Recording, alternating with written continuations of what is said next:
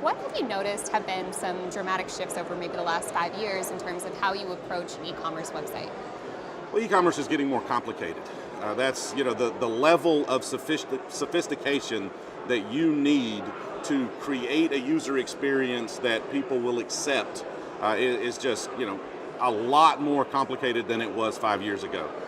We can thank Amazon for a lot of that. It's not necessarily all Amazon's fault, and most people think of just the logistics of shipping and things like that is what Amazon has really brought to the table. But it's not that. It's about easy to find products. It's also about how people are searching for products online. Most e-commerce searches now start on Amazon. Just a big shift all the way across the board in how your customers find you and then the experience you have to give them to actually earn the sale.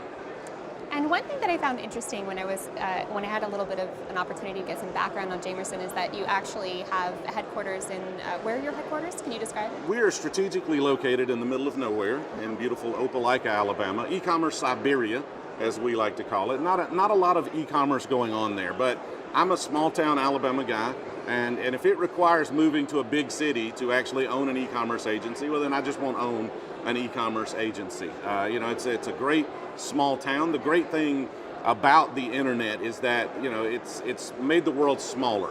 And so there are tools, there are things to be able to have remote employees, to be able to work with clients all around the world. So we love it in our sleepy little small town and wouldn't trade it for anything.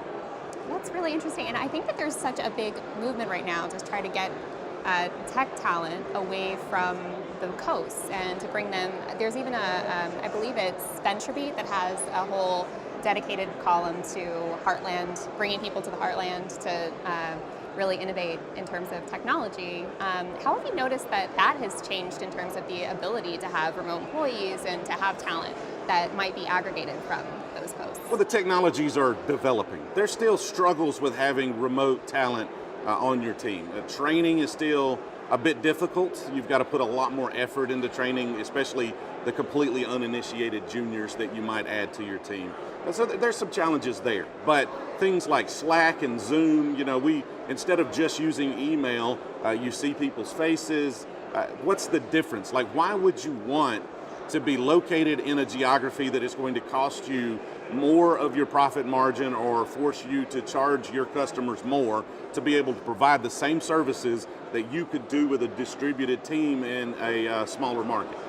So there's just no sense in it. The technology's there. There's still some advancements to be made to kind of take those next steps, but there's nothing holding you back right now. And it's good that there's a mindset shift around it. It could technically be done 10 years ago, 20 years ago, but it was just, people were a little turned off by it. They thought, okay, you're not monitoring your employees. How do you know that they actually did any work? Well, because there was work done, right? There's stuff done that you can see.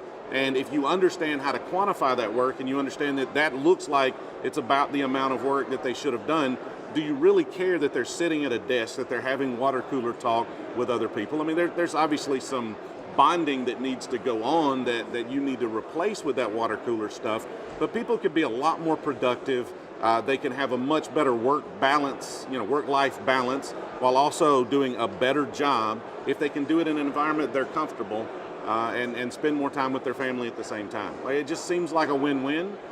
So if you're against remote work, you might want to do a little research because you're probably going to lose that at some point. It's going to happen.